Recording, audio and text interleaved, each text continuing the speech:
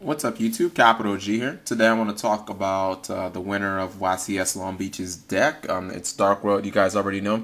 This is probably the best example of how building a deck to your playstyle can ultimately be more successful than just using, meta picks and doing what's most conventional.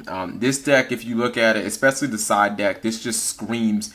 Obviously he built this deck and he was comfortable with it, and it's what worked for him. You start off with 3 Grapha, 3 Snow, 3 Broww, 2 Tour Guides, 1 Malefic Stardust, 1 Beiige, 3 copies of Gates, 3 copies of Dark World Dealings, 3 Drag Downs, Card Destruction, Allure of Darkness, Foolish Burial, Dark Hole, Monster Reborn, MST, 2 copies of Upstart Goblin.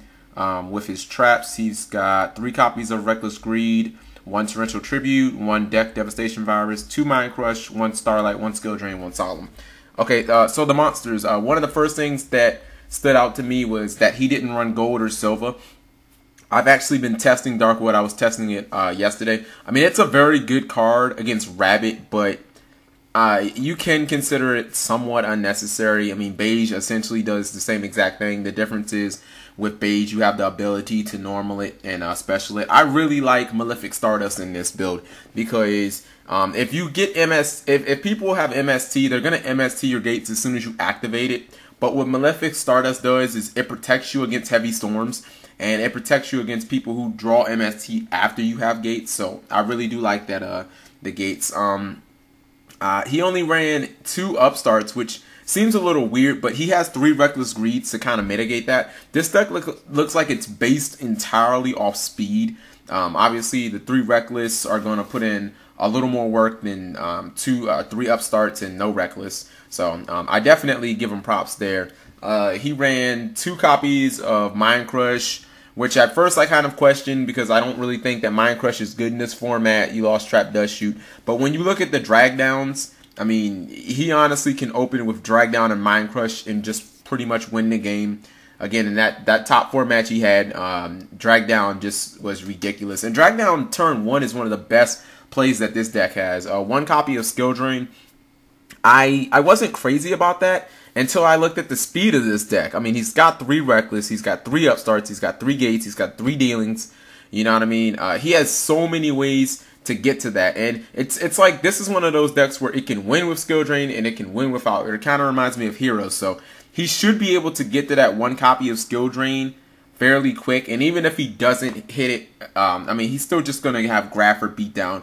The Skill Drain is just a pure defensive card in this build. One thing that I also question is Solemn Judgment. This probably is a card that he just used often. He felt comfortable with. Probably just to have more outs to his opponent's Heavy Storm. The same thing would go with Starlight. I honestly think that they're used for the same cards. I really can't see him using Solemn that much offensively because you can get your Grapha back, I mean, as many times as you really need it.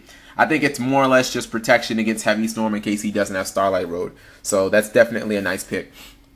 Well, I look at his side deck.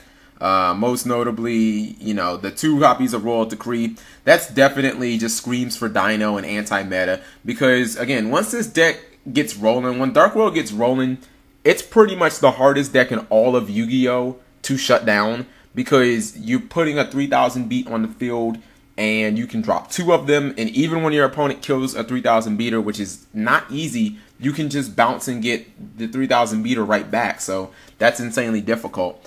He teched a lot of stuff in here, like 1 copy of Mirror Force, 1 copy of Gozen Match.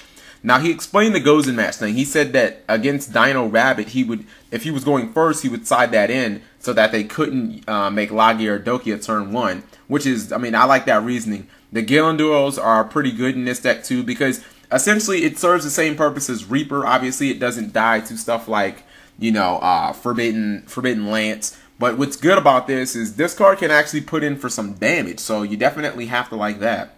The Morphing Jar and the Gorz.